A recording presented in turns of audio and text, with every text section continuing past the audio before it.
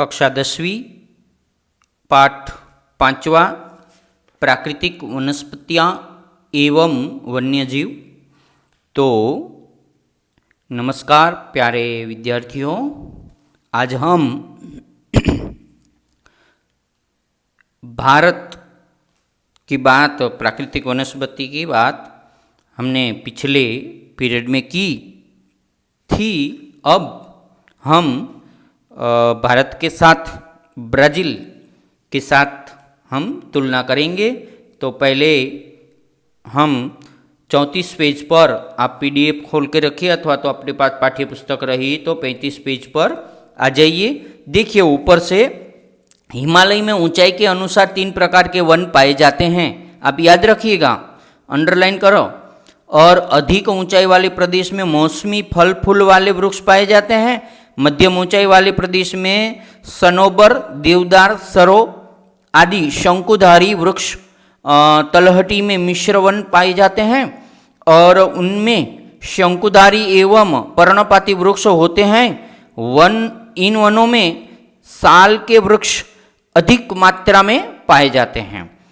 इसी प्रकार के ऊंचाई के आधार पर हिमालय की वनस्पति के 3 प्रकार हैं। ये कभी कभी पूछा जाता है कि हिमालयीन वनस्पतियाँ। उसके बाद ब्राज़ील में वन्य जीव। आप देखिए 5.4 आधार पर आकृति जो है दिए गए प्रश्नों के उत्तर है, उसमें ये अपने अभ्यासक्रम में दिया हुआ है। आप देखिए मानचित्र में दर्शाई गई प्रजाति के शीर्षक दीजिए। प्रजाति, मानचित्र में प्रजाति एक अलग अलग प्रकार के चित्र दिए हुए हैं कि किस प्रदेश में कौन से प्राणी निवास करते हैं। तो आपको मानचित्र में दी गई प्रजाति के शीर्षक देना है। यहाँ पर आप देखिए कहाँ कहाँ पाए जाते हैं। देखो, कोंडोर तो दक्षिण पश्चिम प्रदेश में आपको दिखाई देता है। ऊपर एक पक्षी है, वो दक्षिण पश्चिम में सवाना का प्रदेश आपको दिखता है ना। यहाँ पर देखिए, वहाँ पर एक चिड़िया जैसा चुपचाप बैठा है, गुमसुम चिंता में, ऐसा लग रहा है। उसके बाद एनाकोंडा पेंटानल के दलदल प्रदेश में। आप देखो यहाँ पेंटानल दलदल प्रदेश, एनाकोंडा, उसने बिल्कुल अपनी जो ऊपर मुंह ऊपर कर लिया है और बिल्कुल ताक में बैठा है, कैसे शिकार करे। तो सिंह और सम सुनहरा तामरीन, वो सिंह सम सुनहरा तामरीन, सिंह सम सुनहरा तामरीन एक ही प्राणी का नाम है। हाँ, याद रखो, ये 3-4 प्राणी नहीं है। तो ये ऐसा है, दक्षिण पूर्वी भाग में ये पाया जाता है, दक्षिण पूर्वी भाग में। तो ये भाग में तामरीन, तो इसी प्रकार का जो एक दक्षिण पूर्वी भाग में पाया जाता है। उसके बाद आप देखिए, इसमें दिया है कि ये प्राणी मकाऊ आदि, तो मकाऊ पूर्वी भाग में पाया जाता है। यहाँ पर मकाऊ एक प्रकार का बंदर जैसा रहता है पूर्वी भाग में, अमेज़न नदी के मैदानों में बड़ी ऊंची वृक्ष, घने वृक्ष में पाया जाता है। उसके बाद ये प्राणी किन प्रदेशों में पाए जाते हैं, उसकी बात हो गई। इन प्रदेशों में उनका निवास होने के कारण क्या है? तो कारण ये है कि वहाँ पर जो पक्षी हैं अथवा तो घास वाले प्रदेश में ऐसे पक्षी पाए जाते हैं। और सुनहरा तामरीन जो है वो मध्यम ऊंचाई वाले जो जंगल है वहाँ पाया जाता है। और दूसरा जो कोंडोर पक्षी है वो मैदानों में, घास वाले मैदान है, सवाना प्रदेश का घास वाला मैदान है और कटिगा है। और एक आपको एनाकोंडा दिखाता है, वो पेंटानल दलदल प्रदेश में पाया जाता है। और उसके बाद वो अमेज़न नदी में भी पाए जाते हैं। और मकाऊ बंदर है, वो घास वाले प्रदेश में भी पाया जाता है। सीमा विस्तार की दृष्टि से वन प्रदेशों का वर्गीकरण कीजिए। सीमा विस्तार की दृष्टि से देखिए, यहाँ पर दक्षिण पूर्वी पर्णपाती वन, जहाँ पर तामीर देखने को मिलता है। उसके बाद गुयेना उच्च भूमि में आपको एक अलग वन पाए जाएगा। ये देखो ऊपर आपको ये उच्च भूमि अमेजन नदी के ऊपर वाली जो है वो गुयेना उच्च भूमि है। बाद में आता है हरा हरा जो दिखाई देता है अमेजन का वर्षावन है। और पराग्वे पराना का मैदान है ये वाला, जहाँ पर मगरमच्छ आपको दिखता है। ये सवाना प्रदेश बाद में आपको उसके बीच में ये सवाना प्रदेश दिखाई देता है। और ये वनों के प्रदेश है। सवाना प्रदेश जो है वो घास वाला प्रदेश है। अमेजन नदी का जो वन्य प्रदेश है वहाँ पर वृक्ष ज़्यादा है। पेंटानल में दलदल प्रदेश है। और ब्राज़ील उच्च भूमि आपको यहाँ पर ये पीला भाग थोड़ा सा दिखता है, ये यहाँ पर ये ब्राज़ील उच्च भूमि है।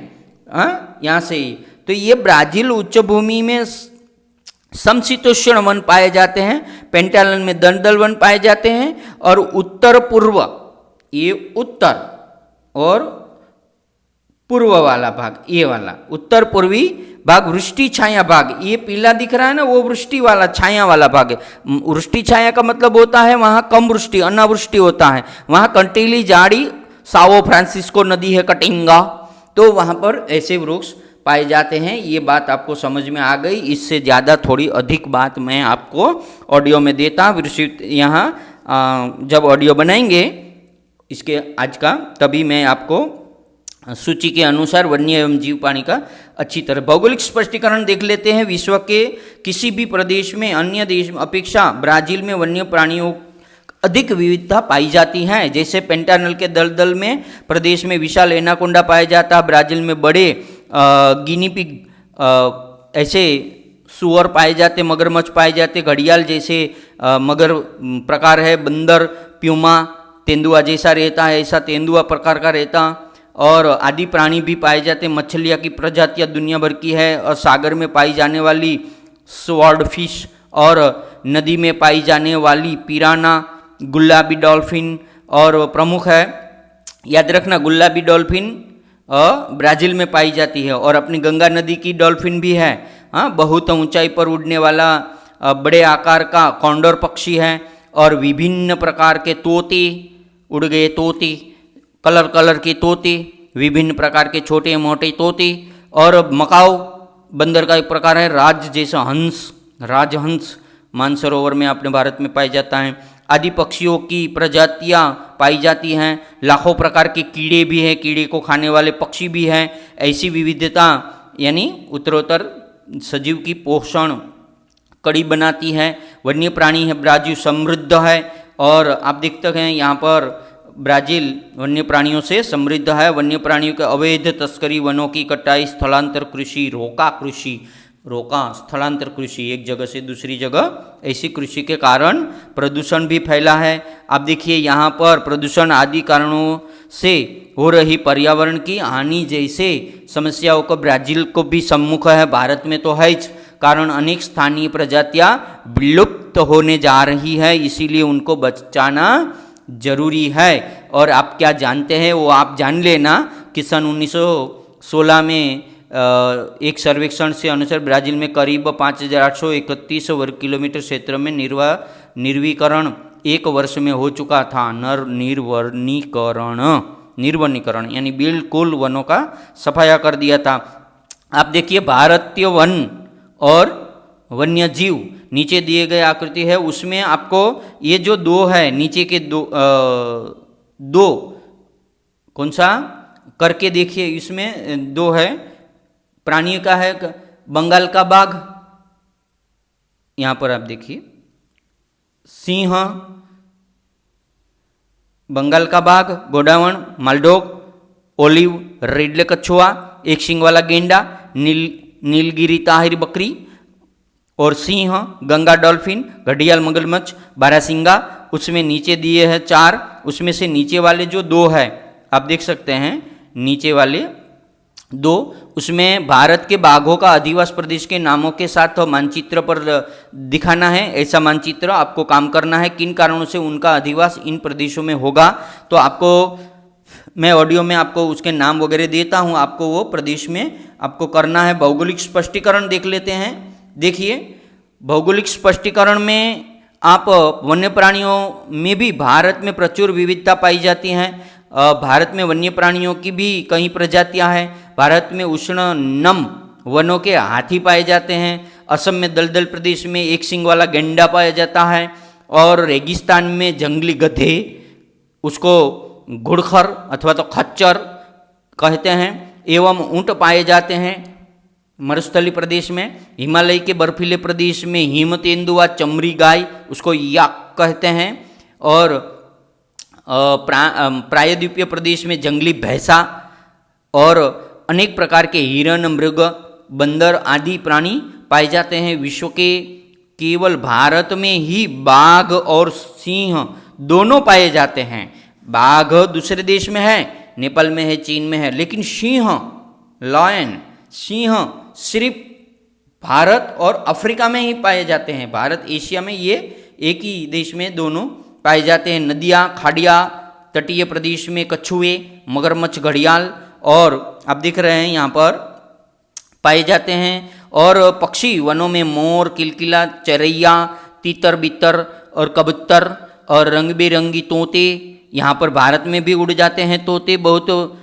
लेकिन भारत में जो तोते होते हैं वो एक दो कलर के होते हैं। आर्द्र भूमि के बतख, बगुले, सारस और घास वाले प्रदेश में गोंडावड़ पक्षी भी पाया जाता है और मालढोक कहते हैं।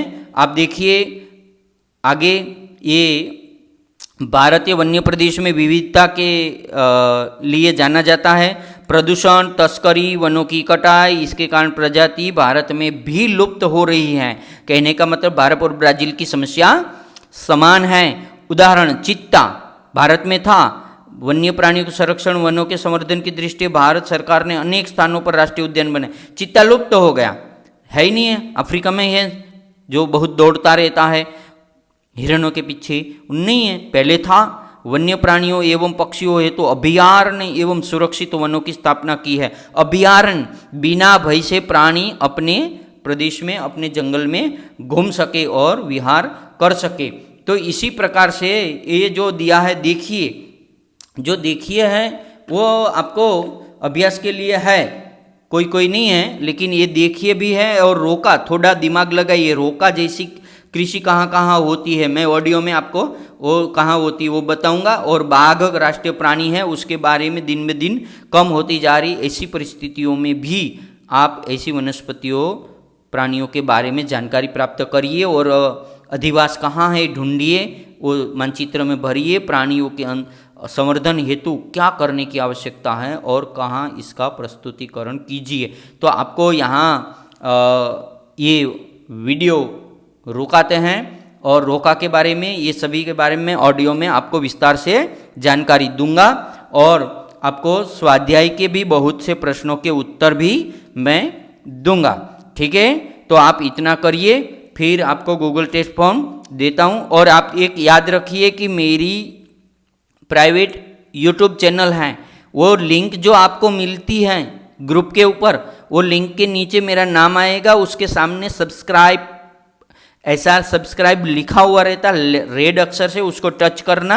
और अभी तक 9वीं के 10वीं के बहुत ही बच्चों ने, 9वीं 10वीं बहुत ही बच्चों ने नहीं किया है, तो ज़रूर मेरी यूट्यूब चैनल को सब्सक्राइब करें ताकि आपको अगले वीडियो की जानकारी मिल सके, ठीक है। आपका अभ्यास करते रहिए, आपका ख्याल रखिए। धन्यवाद बच्चों।